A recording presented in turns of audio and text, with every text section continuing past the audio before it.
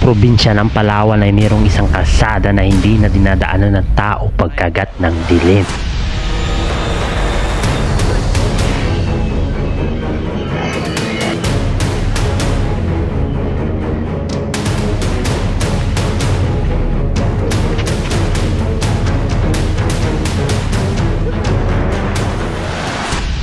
At ito ang lumang sigsag ng Palawan.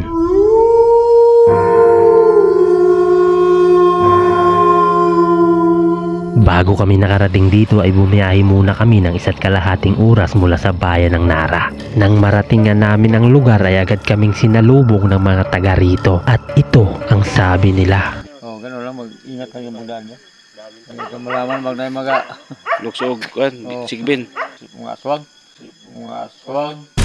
Binigyan niya kami ng babala, hindi sa multo kundi sa tao na hindi pangkaraniwan ang lakas. Pero ipinagpatuloy pa rin namin ang pag-explore at ito na ang mga sumunod na nangyari. So guys, andito na tayo ngayon sa may lumang sigsag. So kung nakikita nyo yan sa likuran ko, yan, sobrang creepy. So lilibutin natin yan mamaya mula alas 12 hanggang alas 3 ng madaling araw. Ang oras pa lang natin ngayon ay 7:29. Kain lang natin mag alas 12 tapos aakyat na tayo dyan. Bibihira na yung dumadaan dyan guys kasi nga sobrang creepy ng lugar na yan lalo na pag mga ganitong oras. Pagpatak nga ng alas 12 ay sinimulan na namin ang pag-explore. Bulan na. 12:09. Ano, tara? Yo, kaya natin to? Kaya yan. Parang Pero sabi ni tatay kanina, meron daw ano doon. kaya na. Ayun, sabi niya. Aswang. Nanginig na ang laman ko, bro. Masuki pa yung multo kasi sa aswang. Dito sinubukan na naming pasukin ang lugar ngunit hindi namin alam na ito pala ang nakaabang.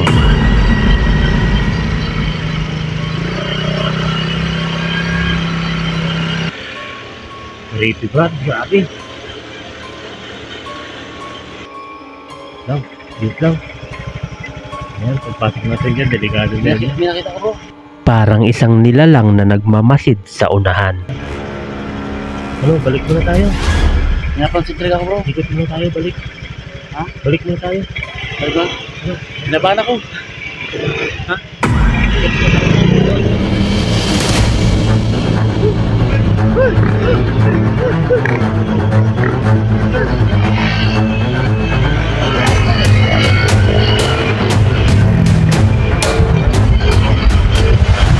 Ano?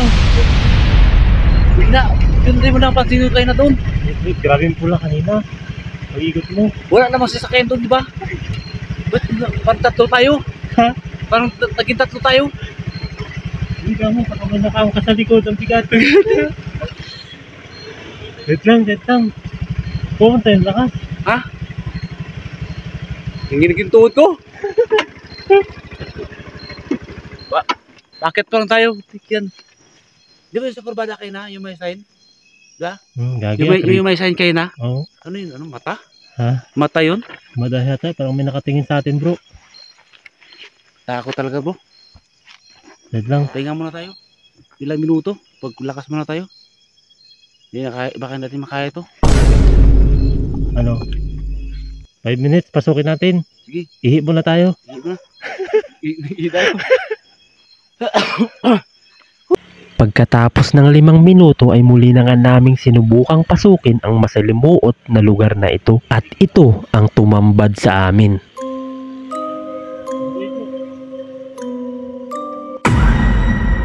Isang pusang gala sa kalagitnaan ng dilim. Pero nagpatuloy na lang kami sa paglalakad at hindi na namin ito masyadong pinansin. Nang marating na namin ang halos kalagitnaan ng sigsag ay pansamantala muna kaming tumigil. At ito ang mga nakita namin. Lalim. Merong nawasak na barrier dito. Kaya naisip namin na baka may nandisgrasya dito at nahulog. Grabe. Ay, ano yun? Ay, normal. Ito, wasak oh. Guys, wasak. Wasak. Ngayon lang ito, bro. Nangyari ko. Huh? Anong oras na dyan? Cellphone mo? Sa pagkakataong ito, mag-aalauna na ng madaling araw. Kaya dumiretso na kami patungo sa tuktok. Dahil ang lugar na iyon ang tunay nating pakay. Kaya naman, ipinagpatuloy na muli namin ang paglalakad hanggang sa narating namin ang tuktok. Na bro, yung nakataas. Bro, bakit may ano kayo na, bro? May pusa. Ewan ko nga, nasa lubong yung pusa eh. Wala namang bahay dito doon. Ba't nagkaroon ng pusa? Sa puntong to, hindi pa rin mawala sa isip namin ang pagtataka sa pusa. Guys, silipin lang namin yung bangin. Tapos ipapakita namin sa inyo, kita yung bayan dito. Dito na ba sa tuktok? Sa tuktok na tayo? Ha? Sa tuktok na tayo? Tok na. Ito yung ba sinasabi ng puno? Ito na yun. Hindi may puno daw dito eh. Nang marating nga namin ang tuktok, hinanap agad namin ang totoong pakay. At ito ang puno. Dahil sabi nila sa puno daw na yon nagpapakita ang babaeng may tali sa liig habang nakasabit sa sanga ang tali. Ayun o.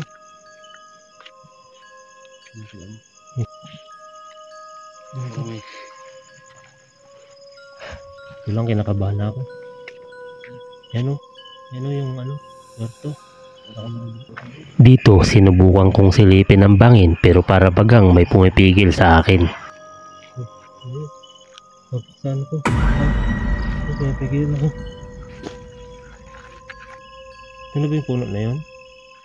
Sa puntong to, hinahanap pa rin namin yung puno pero hindi talaga namin alam kung saan ito nakapwesto. Kaya nilisan na lang namin ang lugar. Guys, tagusin muna namin sa kabila, diretsoy namin. Tapos balik lang kami ulit dito mamaya siguro mga alas 2, alas 3 ganyan. Tagusin muna namin yung sigsag na to. Hindi ko alam kung dito na kami banda sa tuktok eh.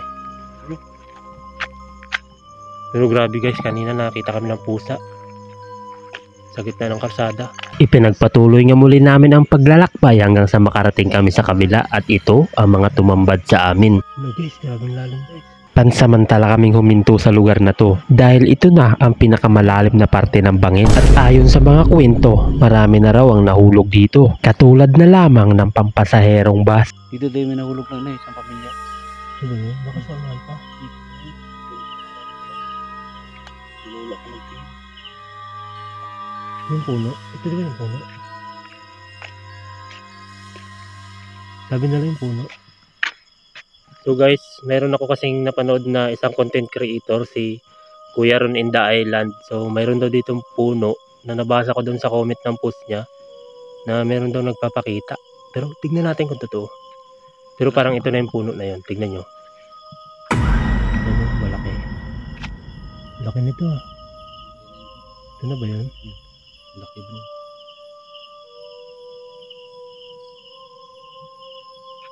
Babain natin.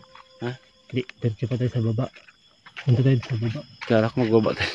Ha? Hindi, diretso na sa baba. May narinig ako mga sasakyan. Kala mo yung bus na nag-arurot? Wait lang. Sa puntong to, medyo kinakabahan na kami. Pero ipinagpatuloy lang namin ang paglalakbay. At dito ay nakakita kami ng mga guhong lupa.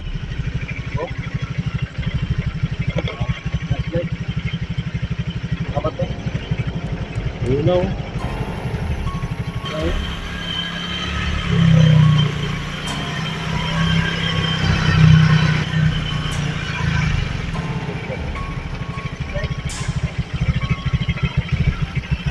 Ay, buhok ko lang ito to. Grabe yung buhok dito. Buhok. Ayun nga. Bro, may wasak dito. Nakatakot na lupitan ito ah.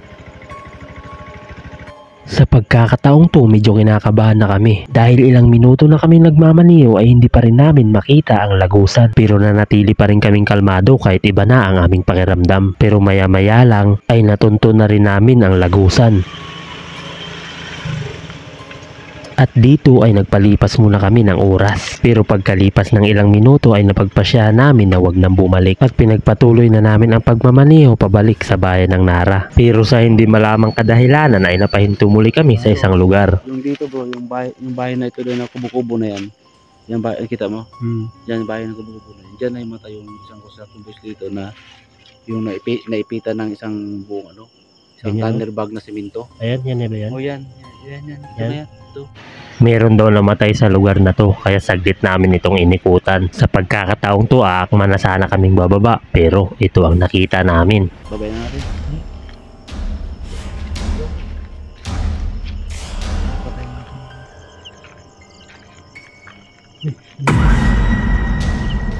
isang uri ng tilang puti. Natakot kami dahil parang ito na yung ginagamit sa pangkasal. Kaya ito na ang mga sumunod na nangyari.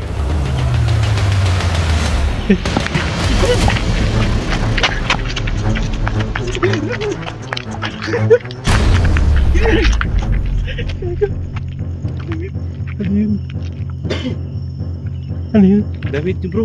Damit? Yung pang damit na pangkasal. Damit na pangkasal? Oo. Yung parang kinalagay sa ulo? Oo yun. Yung parang ginatabi ng gano'n. Sa pagkakataong to, tuluyan na nga kaming umuwi dahil kung totoo man ang kababalagan sa sigsag ay ayaw na naming balikan. Dito inisip na lang namin ang aming kapakanan kaya ang challenge na hanggang alas 3 sana ng madaling araw naging alas 2 na lang. 2 o 3. Yan, alas 2 na. 2 o 3. Alas 2 na guys. Hindi na siguro namin tatapusin yung alas 3 kasi mga alas 3 may dumadaan na marami ng mga sasakyan. So wala nang trail yun. Okay na tong alas 2. So guys, paalam, uwi na kami. Mga kasagip. Bye bye. Bye mga kasagip.